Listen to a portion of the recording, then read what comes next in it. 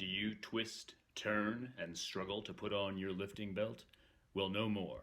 After today, you'll have 4 different ways to get the job done.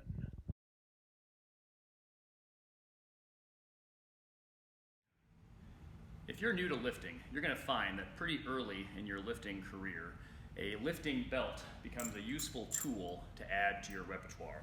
So let's learn how to put a belt on. A couple notes. This is actually, you can see here, this is a 2-prong belt. If you're ordering a belt, I'd probably recommend that you get a single prong belt. It's a little bit easier to get used to. That being said, a double prong belt isn't actually any more difficult to use. It just takes a little bit more time to get used to. This particular belt is about 10 years old. We got it from Dean Best over at bestbelts.net. We'll put a link to that below the video.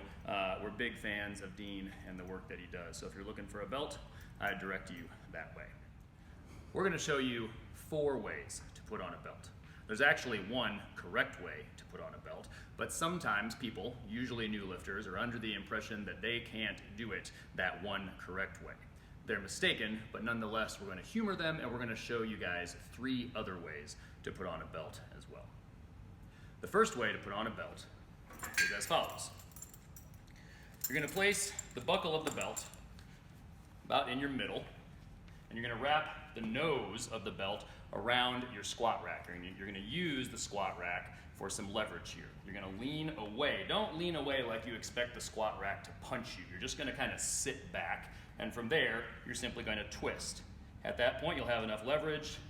You can fit the prongs into the holes, and you've got the belt on. When it's time to take the belt off, you repeat the process, lean away, get the prongs out, and you're good to go. Option number 2 for putting on a belt is very similar to option number 1. You can take a screwdriver, and this method works out pretty well if you've got a rack that's a little bit thicker than this one. If you've got a rack that's, say, like 3 inches by 3 inches, like a Monster, like a Rogue Monster Light or a Rogue Monster rack, or maybe you've got some type of weird hand injury, for whatever reason you just find that you can't successfully keep the belt wrapped around the squat rack itself. We got this idea from one of our online members, Shane, and I thought it was pretty brilliant. So what you're going to do is you're going to take the screwdriver, stick it through one of the holes in your rack, and also stick it through the hole on your belt. From there, you're simply going to perform the same maneuver, lean away, twist away, and you've got yourself a tight belt. The third way of putting on a belt requires the use of a special tool that we refer to as the belt wrench. Now, you can find this out there. There is a company that makes a plastic version of it. I don't recommend that you buy it because we've seen it break. That being said, Tyler, our other starting strength coach, made this one. So if you've got some welding skill, you can make this for yourself. But if you don't have this, don't worry. We've got a 4th option for you that's very similar. So you're going to take the wrench, and Becky's going to demonstrate how to use it. You're going to put the prong of the wrench through the hole in the belt, and you're just going to use it and kind of ratchet yourself into position. So that's pretty handy. It's also especially handy if you're at a powerlifting meet and you don't have a rack handy to use when you're about to go up there and perform your lift.